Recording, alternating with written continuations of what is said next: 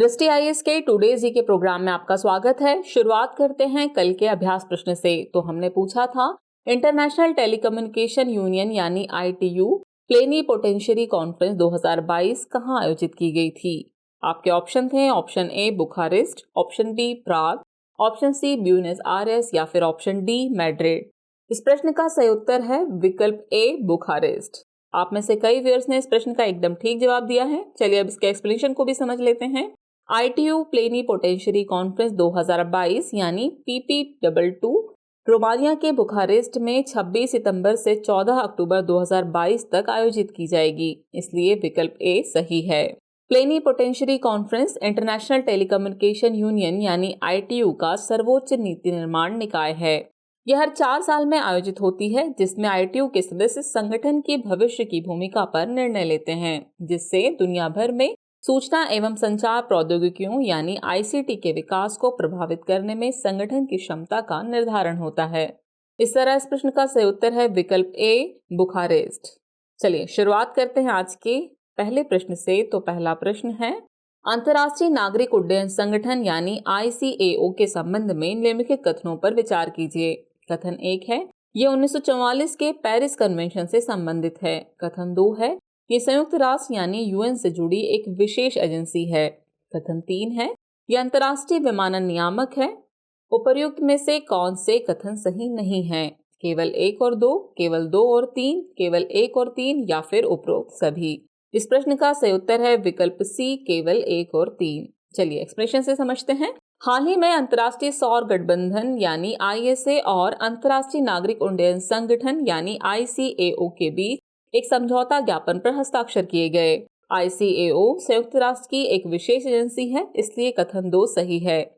इसकी स्थापना 1944 में अंतर्राष्ट्रीय नागरिक उड्डयन सम्मेलन शिकागो कन्वेंशन के प्रबंधन के लिए की गई थी, इसलिए कथन 1 सही नहीं है।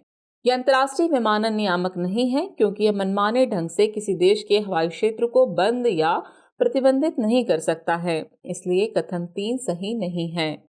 इसका स्थायी मुख्यालय मॉन्ट्रियल में है। इस प्रकार विकल्प सी सही है, यानी कि कथन 1 और 3 दोनों ही सही नहीं है।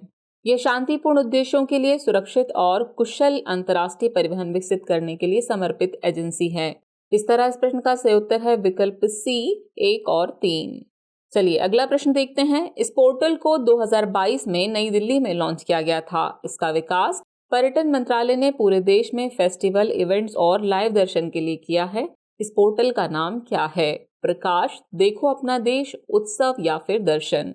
इस प्रश्न का सही उत्तर है विकल्प सी उत्सव। हाल ही में भारत के उपराष्ट्रपति जगदीप धनखड़ ने विश्व पर्यटन दिवस पर राष्ट्रीय पर्यटन पुरस्कार प्रदान किए। इस अवसर पर उन्होंने पर्यटन को बढ़ावा देने में अपनी भूमिका निभाने वाली पहलों, देखो अपना देश और उत्सव पोर्टल के लिए सरकार की सराहना की। उत्सव पोर्टल को पर्यटन मंत्रालय ने देश भर में उत्सव कार्यक्रमों और लाइव दर्शन के लिए विकसित किया है, इसलिए विकल्प सी सही है। इसे अप्रैल 2022 में नई दिल्ली में आयोजित अमृत समागम सम्मेलन के उद्घाटन दिवस पर लॉन्च किया गया था। इस पोर्टल का उद्देश्य देश के विभिन्न क्षेत्रों को दुनिया भर के लोकप्रिय पर्यटन स्थलों के रूप में विकसित करना है। इस तरह इस प्रश्न का सही उत्तर है विकल्प सी उत्सव। चलिए अगला प्रश्न देखते हैं। रिएक्शन कंट्रोल सिस्टम शब्द किससे संबंधित है? पर्यटन ऊर्जा संयंत्र, क्वांटम कंप्यूटर, ऑगमेंटेड रियलिटी या फिर मिसाइल प्रौद्योगिकी। इस प्रश्न का सही उत्तर है विकल्प डी मिसाइल प्रौद्योगिकी। हाल ही में रक्षा अनुसंधान एवं विकास संगठन यानी DRDO ने ओडिशा के चांदीपुर में very short range air defence system यानी VSHORADS मिसाइल का सफलतापूर्वक परीक्षण किया। यह परीक्षण जमीन आधारित पोर्टेबल लॉन्चर से किया गया था। आपको बता दें कि VSHORADS एक वायु रक्षा प्रणाली है, जिसे DRDO के हैदराबाद स्थित अनुसंधान केंद्र द्वारा स्वदेशी रूप से डिजाइन और विकसित किया गया है।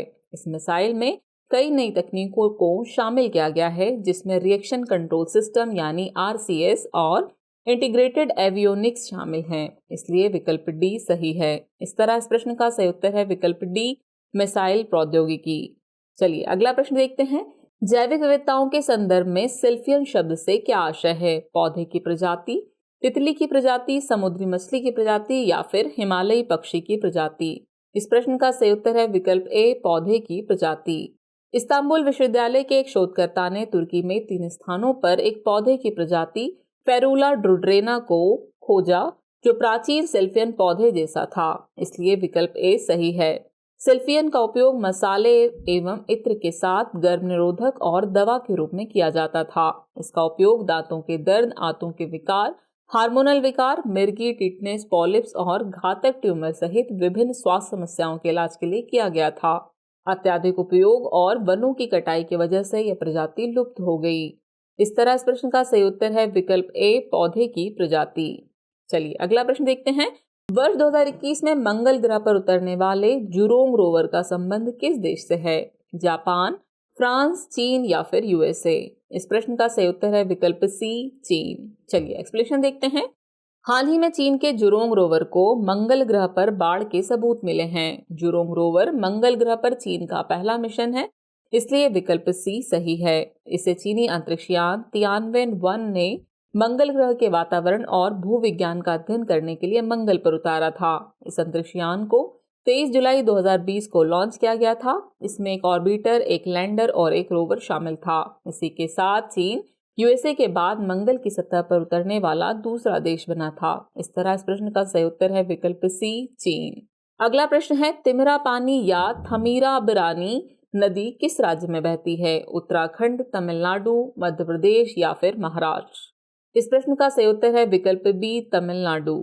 हाल ही में तमिलनाडु राज्य में तिरुनेलवेली जिला प्रशासन और Ashok trust for research in ecology and environment यानी ATREE के शोधकर्ताओं ने तिमिरापानी नदी के लिए बहाली योजना शुरू की है। तिमिरापानी नदी को थमिराबरानी के नाम से भी जाना जाता है। ये तमिलनाडु की एकमात्र 12 मासी नदी है, इसलिए विकल्प बी सही है। यह नदी तमिलनाडु के तिरुनेलवेली जिले में पश्चिम घाट की पेथिगई पहाड़ियों से निकलती है। ये तिरुनेलवेली और थूथुकुडी से होकर मन्नार की खाड़ी में गिरती है। इस तरह इस प्रश्न का सही उत्तर है विकल्प बी, तमिलनाडु।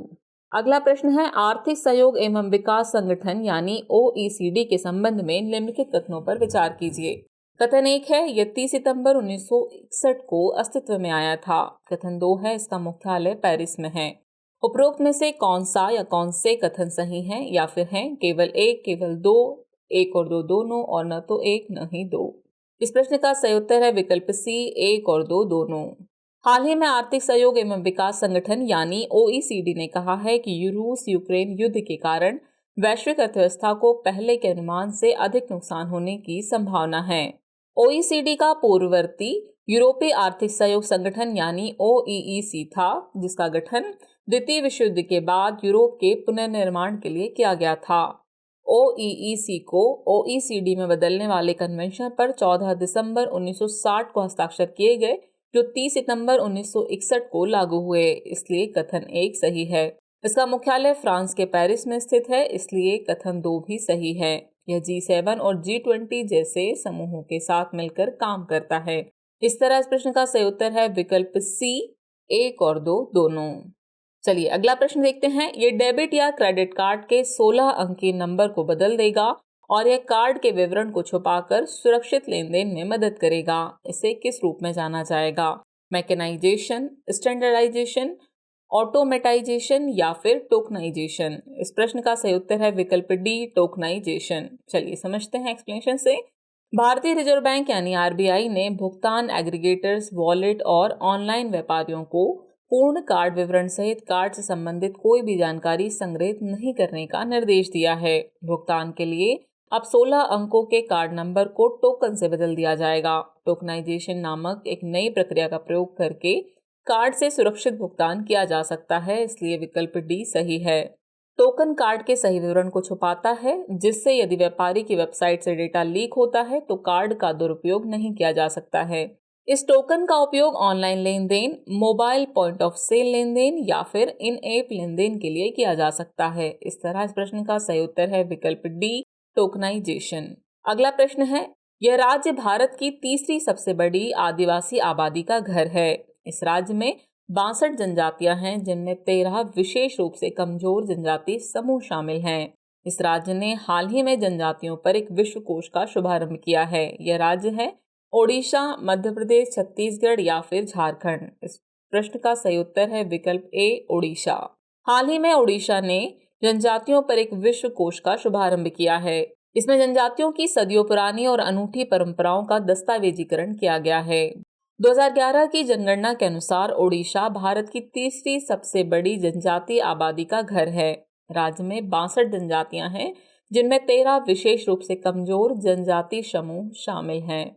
इसलिए विकल्प ए सही है। इस तरह इस प्रश्न का सही उत्तर है विकल्प ए, ओडिशा। चलिए अब आज के एपिसोड के आखिरी प्रश्न को देख लेते हैं। हाल ही में किस राज्य या केंद्र शासित प्रदेश में भारत का पहला हिमस्खलन निगरानी रडार स्थापित किया गया है? लद्दाख, सिक्किम, हिमाचल प्रदेश या फिर उत्तराखंड? इस प्रश्न का सही उत्तर है विकल्प बी, सिक्किम। हाल ही में भारतीय सेना ने उत्तरी सिक्किम में भारत का पहला हिमस्खलन निगरानी रडार स्थापित किया है। इसलिए विकल्प बी सही है। हिमस्खलन के अलावा इस रडार का इस्तेमाल भूस्खलन का पता लगाने के लिए भी किया जा सकता है। यह रडार लघु सूक्ष्म तरंग स्पंदों की एक श्रृंखला का उपयोग करता है और 3 सेकंड से भी कम समय में हिमस्खलन का पता लगा सकता है। यह एक अलार्म सिस्टम से भी जुड़ा है, जो हिमस्खलन की स्थिति में स्वचालित नियंत्रण और चेतावनी उपायों को सक्षम करता है। इस तरह इस प्रश्न का सही उत्तर है विकल्प बी, सिक्किम। चलिए आज के एपिसोड का अभ्यास प्रश्न देखते हैं। तो प्रश्न है, परमाणु हथियारों के पूर्ण उन्मूलन के लिए अंतर्राष्ट्रीय दिवस कब मनाया जाता है? आपके ऑप्शन हैं, ऑप्शन ए 26 सितंबर, ऑप्शन बी 27 सितंबर, ऑप्शन सी 28 सितंबर या फिर ऑप्शन डी 29 सितंबर। तो व्यूअर्स, इस प्रश्न का जवाब कमेंट बॉक्स में देना न भूलें। जल्दी मिलते हैं नए एपिसोड में नए सवालों और उनके नए नए जवाबों के साथ। तो तब तक के लिए शुक्रिया।